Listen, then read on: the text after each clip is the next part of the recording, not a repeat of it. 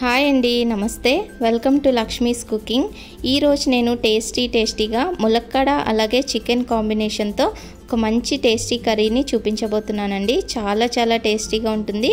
మీరు ఎప్పుడైనా ఇలా ట్రై చేస్తుంటే కామెంట్ చేయండి. ట్రై చేయకపోతే ఒకసారి ఇలా ట్రై చేసి చూడండి, చాలా టేస్టీగా ఉంటుంది.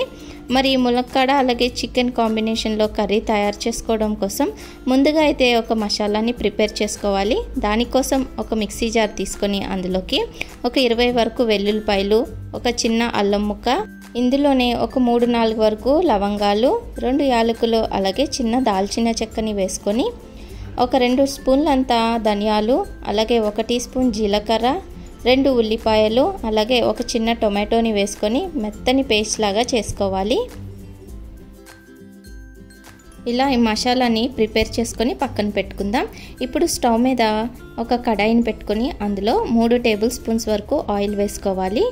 ఆయిల్ బాగా వేడయ్యాక ఇందులో 2 పచ్చిమిర్చి అలాగే కొంచెం కరివేపాకు వేసుకొని చిటపటలాడిన తర్వాత ఇందులోకి ముందుగా ప్రిపేర్ చేసిన ఈ మసాలాని మొత్తం ఇందులోకి వేసేసుకొని పచ్చివాసన పోయేంత వరకు బాగా ఫ్రై చేసుకోవాలి. ఒక 2-3 నిమిషాలు ఇలా ఫ్రై చేసుకుంటే మనకి ఇది ఫ్రై అయిపోతుంది. ఆయిల్ ఇలా పైకి తేలుతుంది అంటే మనకి మసాలా బాగా ఫ్రై అయినట్టు. ఇప్పుడు ఇందులోకి ఒక చిన్న టొమాటోని సన్నగా కట్ చేసుకొని యాడ్ చేసుకోవాలి. ఇందులోకి ఒక 1/2 టీ స్పూన్ అంతా పసుపుని యాడ్ చేసుకోవాలి. అలాగే కారం మన రుచికి సరిపడినంత వేసుకోవచ్చు. మనం తినగలిగే కారాన్ని బట్టి ఎక్కువ తక్కువ చేసుకోవాలి. అలాగే రుచికి సరిపడేంత ఉప్పుని కూడా ఇప్పుడే ఇందులోకి వేసేసుకోవాలి. ఇప్పుడు మొత్తం అంతా మిక్స్ చేసుకొని టొమాటోలు కాస్త మెత్తబడే వరకు ఒక 2 నిమిషాల పాటు ఇలా వేయించుకోవాలి. ఈ మసాలా అనేది ఎంత బాగా వేగితే కర్రీ టేస్ట్ అంత బాగుంటుందండి. ఇప్పుడు ఇదంతా బాగా వేగిపోయింది కదా, ఇందులోకి కట్ చేసుకున్న ములక్కాడ ముక్కలు అలాగే క్లీన్ చేసి పెట్టుకున్న ఒక 1/2 కేజీ చికెన్ని రెండింటిని కూడా ఒకటేసారి యాడ్ చేసుకొని ఈ మసాలా అంతా ఈ పీసెస్కి పట్టే విధంగా ఒక 2 నిమిషాల పాటు హై ఫ్లేమ్లో మిక్స్ చేసుకోవాలి. ఇప్పుడు దీన్ని ఒక 5 నిమిషాల పాటు హై ఫ్లేమ్లో అలాగే మగ్గనివ్వాలి.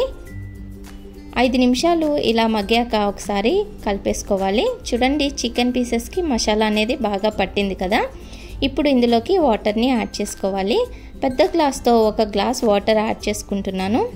ఇలా వాటర్ యాడ్ చేసుకొని మొత్తం అంతా కూడా మళ్ళీ బాగా మిక్స్ చేసుకొని ఉప్పు కానీ కారం కానీ అడ్జస్ట్ చేసుకోవాలి. సరిపోకపోతే అన్నీ సరిపోతే కనుక మూత పెట్టేసి మీడియం ఫ్లేమ్లో ఒక 15 మినిట్స్ ఉడికించుకోవాలి.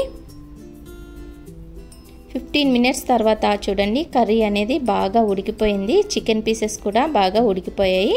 లాస్ట్లో కొంచెం కొత్తిమీరని వేసేసుకొని ఒకసారి ఇలా కలిపేసుకుంటే మనకి గ్రేవీ చిక్కబడిపోయింది. చూడండి, ఈ మాత్రం అయితే సరిపోతుంది. చల్లారాక ఇంకొంచెం చిక్కగా అయిపోతుంది.